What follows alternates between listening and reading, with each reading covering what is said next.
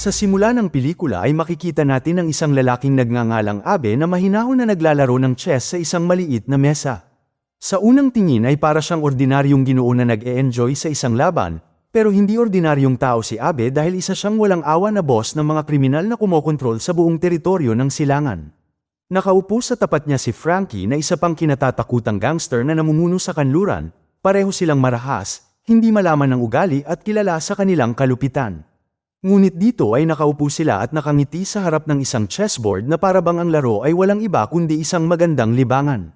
Nagbago ang eksena kinaumagahan, at dito ay makikita natin ang ibang ugali ni Abe sa harap ng kanyang asawa at anak na mahal niya ng buong puso. Sa kanilang bahay siya ay mapagmahal, maamo at malayo sa nakakatakot na boss na kinatatakutan sa mga lansangan. Ang kanilang pamilya ay tila mapayapa, masaya at malayo sa madugong mundo na tunay na ginagalawan ni Abe. Pagkatapos maligo ay sinamahan ni Abe ang kanyang mag-ina para mag-almusal at doon ay gumawa ng isang tasa ng kape para sa kanyang sarili, na ipinagmamalaking tinimpla ng kanyang sariling mga kamay. Sinabi niya sa kanyang asawa na magugustuhan ng lahat ang kanyang kape dahil naniniwala siyang masarap ang lasa nito. Tinawanan siya nito at tinukso dahil ang lasa nito ay mabibili mula sa mga tindahan. Maya-maya ang kanilang anak ay humingi ng pahintulot na manatili sa bahay ng kanyang lola para sa gabi. Sumang-ayon naman si Abe na nagpapaalala sa kanya na huwag kalimutan ang kanyang mga takdang aralin. Maya-maya pa ay lumabas na si Abe kung saan naghihintay na ang kanyang driver na si Benjamin. Pagbalik sa loob ng bahay ay napansin ng kanyang asawa na aksidenteng naiwan ni Abe ang kanyang gamot sa pangpakalma. Sa labas ay binigyan ni Abe si Benjamin ng isang tasa ng parehong kape na tinimpla niya. Ang kanyang driver ay humigop at si Abe ay sabik na hiningi ang kanyang opinyon. Napangiti ang driver at sinabing ang sarap nito na agad namang ikinatuwa at ipinagmamalaki ni Abe. Ngunit maya-maya ay nagdagdag si Benjamin ng isa pang komento na nagsasabing ito ay masarap lalo na para sa instant na kape. Sa kabilang bahagi ng bayan ay tahimik na sinusundan ng mga pulis ang kanilang sasakyan. Sa puntong ito ay tila sanay na sila dahil hindi na bago sa mga lalaking tulad nila ang ganito. Maya-maya pa ay napagod na si Abe sa anino sa kanilang likod kaya mahinahon niyang sinabi kay Benjamin na bilisan na ang pagpapatakbo para maligaw ang mga ito, at wala namang pag-aalinlangan na sumang-ayon si Benjamin. Nang maging pula ang ilaw ng trapiko ay biglang kumanan si Benjamin na ikinagulat ng mga pulis. Dumiretso na lang ang mga ito at nawala sa paningin nila. Nang wala na ang sasakyan ay nagsimulang magkwento si Abe tungkol sa kanyang mga plano para sa gabi. May pagpupulong sila ni Frankie na boss ng Western Territory. Galit na galit si Abe dahil lumagpas na si Frankie sa kanyang linya at nagsimulang makialam sa silangan na nasasakupan ni Abe. Pagkatapos ay sinubukan ni Abe na tawagan ang isang lalaki na nagngangalang Richard na nangangasiwa ng money laundering sa kanyang organisasyon. Pero may kakaiba dahil hindi sumasagot si Richard na labis na ikinagalit ni Abe. Habang tumatagal ang pagtunog ng telepono ay lalo siyang nagagalit. Sa oras na ibaba nito ang tawag ay nakapagpasya na siya na kailangang mamatay ni Richard. Kinausap ni Abe ang kanyang kanang kamay na may puting balbas at nagbigay ng isang envelope. Nasa loob nito ang lahat ng kailangan nila upang matuntun si Richard. Ang simpleng utos ni Abe ay ihatid ito sa apartment number 23 sa eksaktong alas 3 ng hapon. Pagkalipas ng 30 minuto ay makikita natin ang lalaki na si Kane, isang malupit na enforcer na kilala sa kanyang walang awa na paraan ng pagpatay sa mga target. Ginugugol niya ang kanyang pagsasanay sa umaga sa pag-atake sa isang punching bag na may nakamamatay na katumpakan. Pagkatapos ng kanyang ehersisyo ay huminto si Kane sa isang convenience store para bumili ng maiinom. Sa loob ay nilapitan siya ng dalawang tulisan na pinupukaw siya ng kanilang mga mata. Sa isip ni Kane ay nasa imahinasyon niya na agad silang patayin pero nanatiling nagpapasensya si Kane. Dalawang pulis ang pumasok at alam ni Kane na hindi ito ang tamang oras. Ilang sandali pa ay dumating si Kane sa kanyang apartment building. Doon ay sinubukan ng isang kapitbahay ang kanyang pasensya ngunit dahil may babaeng nakatayo sa malapit ay kinontrol ni Kane ang kanyang sarili at lumayo. Pagdating sa loob ng kanyang silid ay nagtanggal siya ng damit upang magtungo sa shower. Samantala ang kanang kamay ni Abe ay lumapit sa pintuan ni Kane at eksaktong alas 3 ay inilagay niya ang envelope sa ilalim nito tulad ng iniutos sa kanya. Mula sa kanyang banyo ay napansin ni Kane ang envelope, kinuha niya ito at nagpahinga sa harap ng TV. Ang reporter ay nagbabalita ng isang marahas na pag-atake mula noong nakaraang gabi. Ang pumatay dito ay si Kane mismo at pinapanood niya ang sariling gawa ng walang nakikitang reaksyon. Pagkatapos ay binuksan niya ang envelope na nagpapakita ng mga file at larawan ni Richard, naintindihan agad ni Kane na si Richard ang susunod niyang target. Ang eksena ay lumipat kay Richard na nasa bahay kasama ang kanyang buntis na asawa. Tumunog ang kanyang cellphone at kahit sa isang tingin lang ay alam na niyang si Abby yun.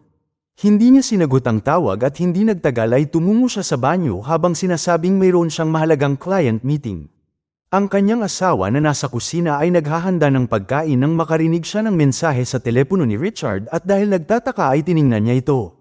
Ang nakita niya ay hindi isang email sa trabaho ngunit isang mensahe galing sa ibang babae, hindi makikipagkita sa kliyente si Richard kundi may kikitain siyang iba. Pagkaraan ng ilang sandali ay lumabas si Richard at nagpalusot na huwag na niya siyang hintayin dahil ang pagpupulong ay magtatagal sa gabi. Umalis si Richard sa bahay na hindi napapansin na tahimik na sumusunod ang kanyang asawa mula sa malayo. Hindi din nila nakita si Kane na nakabuntot sa sasakyan ni Richard na parang anino na gumagalaw. Sa loob ng sasakyan ay tinawagan ni Richard ang babaeng naghihintay sa kanya at naging malambing ang kanilang pag-uusap. Doon ay inamin ng babae na nakukonsensya siya dahil buntis na ang asawa ni Richard. Pinakalma siya ni Richard at iginiit na hindi matutuklasan ang kanilang pagsasama.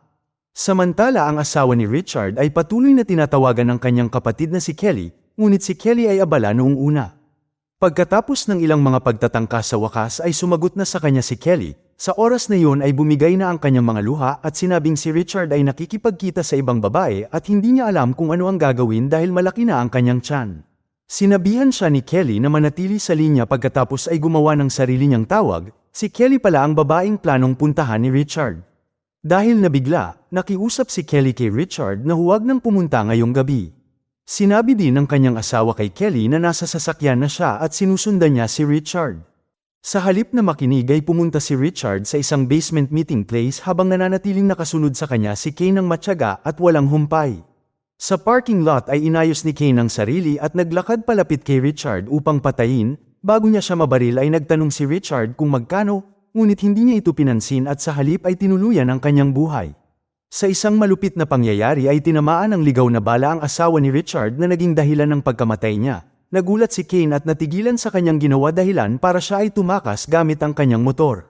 Habang nasa daan ay huminto siya at tinawagan ang asawa ni Abby upang subukan na alamin kung nasaan si Abby. Pakiramdam niya na para bang nagsisimula pa lang ang kaguluhan sa gabi. Makalipas ang ilang oras ay dumating si Abby kasama ang kanyang driver na si Benjamin sa isang lihim na bar. Nandito siya para makipagkita kay Frankie na isang boss sa kanlurang bahagi. Sa oras din na yun ay pumasok si Frankie kasama ang kanyang nakababatang kapatid. Nag-alok si Abby ng isang pakikipagkamay ngunit tumanggi si Frankie. Tinuyan ng nakababatang kapatid si Abby sa wikang Griego at tiwala na hindi ito maiintindihan ni Abby. Ngunit naririnig at naiintindihan niya ang bawat insulto.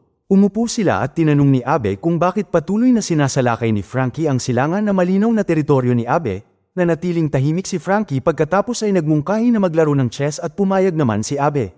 Bago magsimula ay tinanong ni Frankie kung ano ang nakataya at nagmungkahi siya ng isang kasunduan, kung sino ang mananalo ay magiging sa kanya ang silangan at kapag natalo siya ay magbabayad siya kay Abby ng malaking halaga.